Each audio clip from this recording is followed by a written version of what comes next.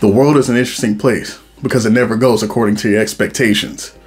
This is a quote made by Yumeko Jabami in the manga and anime series Kakegurui that encapsulates her character perfectly and also encapsulates one of the strongest motifs hidden within the series, that being chaos. Because see, in the world of man, there are all kinds of wants and desires. The amount of desires in this world are only limited by the number of people available to desire them. But Hyakao Academy is forever changed by the introduction of a new student, Yumeko Jabami.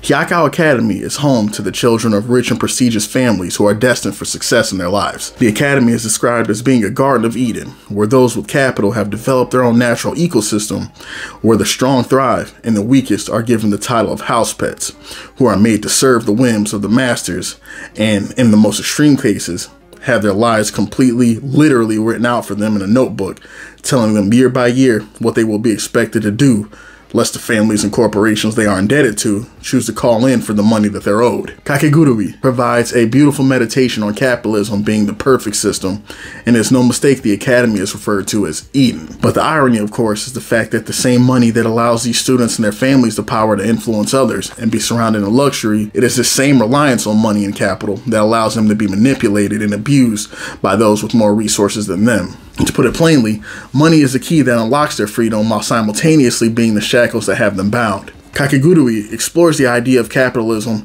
as being a sort of false Eden, where those in power continue getting richer and more powerful, while the poor get ever more downtrodden till there is very little left of their humanity. This is no more beautifully illustrated than in the Bible verse Matthew 13:12, referenced in the manga. For whomever hath, to him shall be given, and he shall have more abundance. But whoever hath not, from him shall be taken away even that he hath.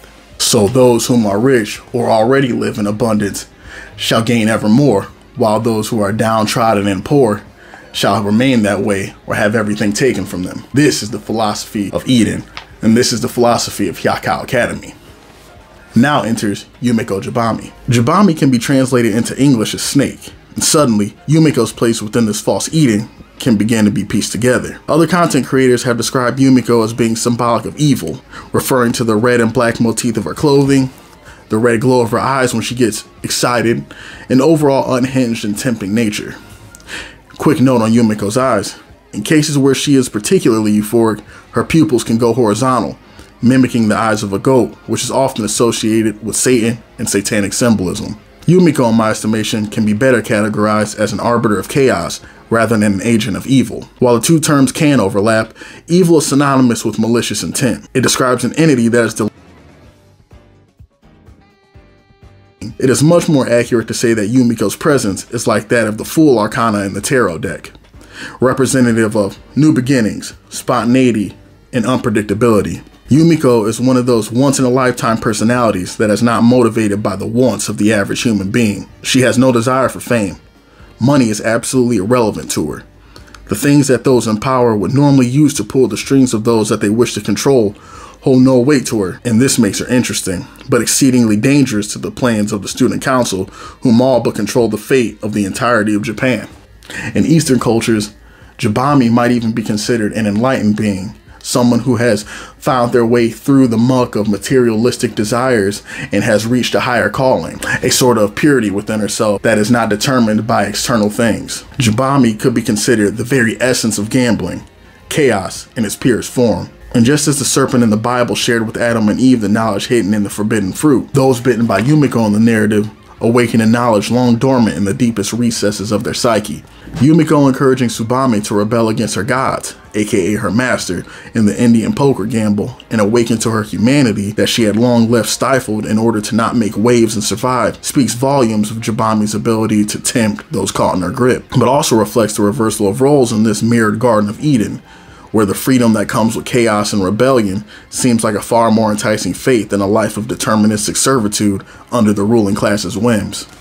But no Garden of Eden would be complete without its god or goddess, and this is where Kirari enters the discussion to complete the symbolic motif. In many belief systems, it is customary for the concepts of good and evil to be considered two sides of the same coin. As yin balances yang, so does the darkness of chaos allow the light to shine ever brighter. Kirari is the only individual that seems to get Yumeko on a primal level, as they both seem to live above the world of men. The material pleasures that seem to hypnotize others have no hold over them. While Karari was blessed as a member of the main branch of the Momobami clan, and Yumeko as a member of the branch family forced to make her own way, they find common ground in the purity of their desire. Yumeko lives for the thrill of the gamble, for pure chaos. The only time she feels alive is when the stakes are extraordinary for both sides and it is up to chance to decide the victor. Karari lives for amusement. Her one desire is to be entertained, and due to her high social standing coupled with her sadistically sharp intellect, this feeling can be exceedingly hard to come across. This is the significance of the two girls' relationship with one another. They are the only two people in the world capable of providing the satisfaction the other is looking for, because they are the only ones detached enough from the world of man to play for the stakes that will allow both of them to reach their own personal nirvana. Kakegurui is a tale with a great deal more going on than what it presents on the surface, and it cautions its viewers to remember that when you step into the Garden of Eden, tread lightly, because heaven or hell may not always be what it seems.